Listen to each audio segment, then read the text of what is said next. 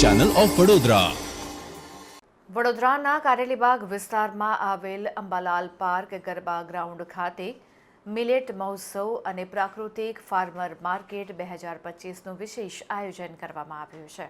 ગુજરાત સરકારના કૃષિ, ખેડૂત કલ્યાણ અને સહકાર વિભાગ દ્વારા મિલેટ્સને પ્રોત્સાહન હેતુ શહેરના અંબાલાલ પાર્ક ગરબા ગ્રાઉન્ડ કારેલીબાગ ખાતે તારીખ 8મીના રોજ અન્ન અને નાગરિક પુરવઠા, સામાજિક ન્યાય અધિકારીતા રાજ્યમંત્રીના હસ્તે ઉદ્ઘાટન કરવામાં આવ્યું હતું.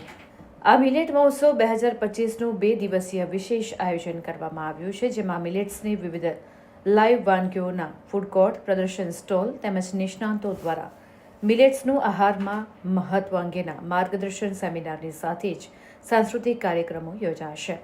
આ ત્રિવિધ કાર્યક્રમમાં સ્વાદ અને સ્વાસ્થ્યના અનોખા સંગમની લિજ્જત માણવા માટે મિત્ર પરિવાર સહ પધારવા કૃષિ, ખેડૂત કલ્યાણ અને સહકાર વિભાગ ગુજરાત સરકાર દ્વારા આમંત્રણ પાઠવવામાં આવ્યું છે.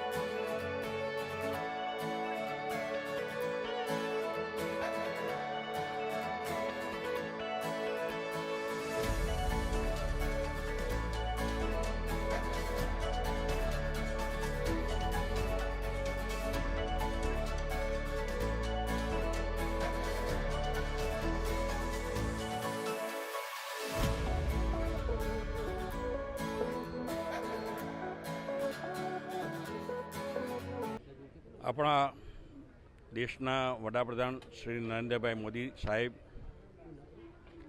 જે સપનો જુએ છે એ સપનોને તેઓ સાકાર કરે છે. દાખલા તરીકે વાત કરીએ તો જ્યારે જ્યોતિગ્રામ વીજળીની વાત આવી ત્યારે એક સવાલ પેદા થતો હતો કે આપણા મોટા રાજ્યની અંદર આટલા બધા થોભલા, આટલા બધા વાયરો કેવી રીતે આવશે અને ક્યાંથી લાવશું.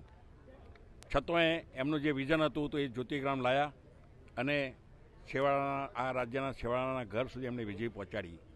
એવી રીતે જનધન ખાતા પણ જે બેંકમાં લોકો જતા હતા છતાં ખાતો નહોતા ખોલતા, અધિકારીઓ ઘરે જઈને ઝીરો બેલેન્સથી ખાતો ખોલાયો. એવી જ રીતે જીએસટી, તો જીએસટી જ્યારે લાવ્યા ત્યારે કેટલી બધો હોબાળો થયો વિરોધ પક્ષથી કે ભાઈ આ બધું અર્થતંત્ર ભાગી પડશે. પણ આપણા રાજ્યની જ વાત કરીએ તો ગયા વર્ષનું જે બજેટ 3,32,000 કરોડનું થયું અને આ વર્ષે કદાચ 3.5 લાખ કરોડનું બજેટ થઈ શકે એવી સ્થિતિ છે.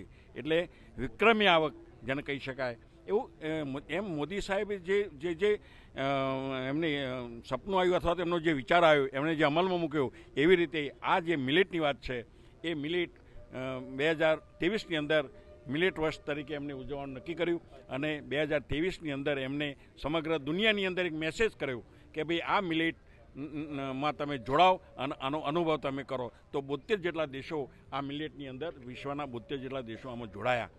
દાખલા તરીકે આજે જ્યારે આ 25 મે 2025ની અંદર 2 દિવસ આ મિલેટ વર્ષ ઉજવવાનું નક્કી થયું છે ત્યારે આજે આ વડોદરા ખાતે આ કાર્યક્રમ ઉજવાયો. આ કાર્યક્રમની અંદર અમારા આ વિસ્તારના લોકપ્રિય ધારાસભ્ય અને વિધાનસભાના મુખ્ય દંડક બાલકૃષ્ણજી તેમજ જિલ્લા પંચાયતના પ્રમુખશ્રી, ડીડીઓશ્રી, પ્રાંત અધિકારીશ્રી, નિયામકશ્રી અને ખાસ કરીને ખૂબ મોટી સંખ્યામાં ઉપસ્થિત ખેડૂતો રહ્યા અને મિલેટ વિશેની જે વાત મેં પણ કરી અને અમારા રાજ્યના મુખ્યમંત્રીએ પણ ઓનલાઈન એમને સોંપ્યા.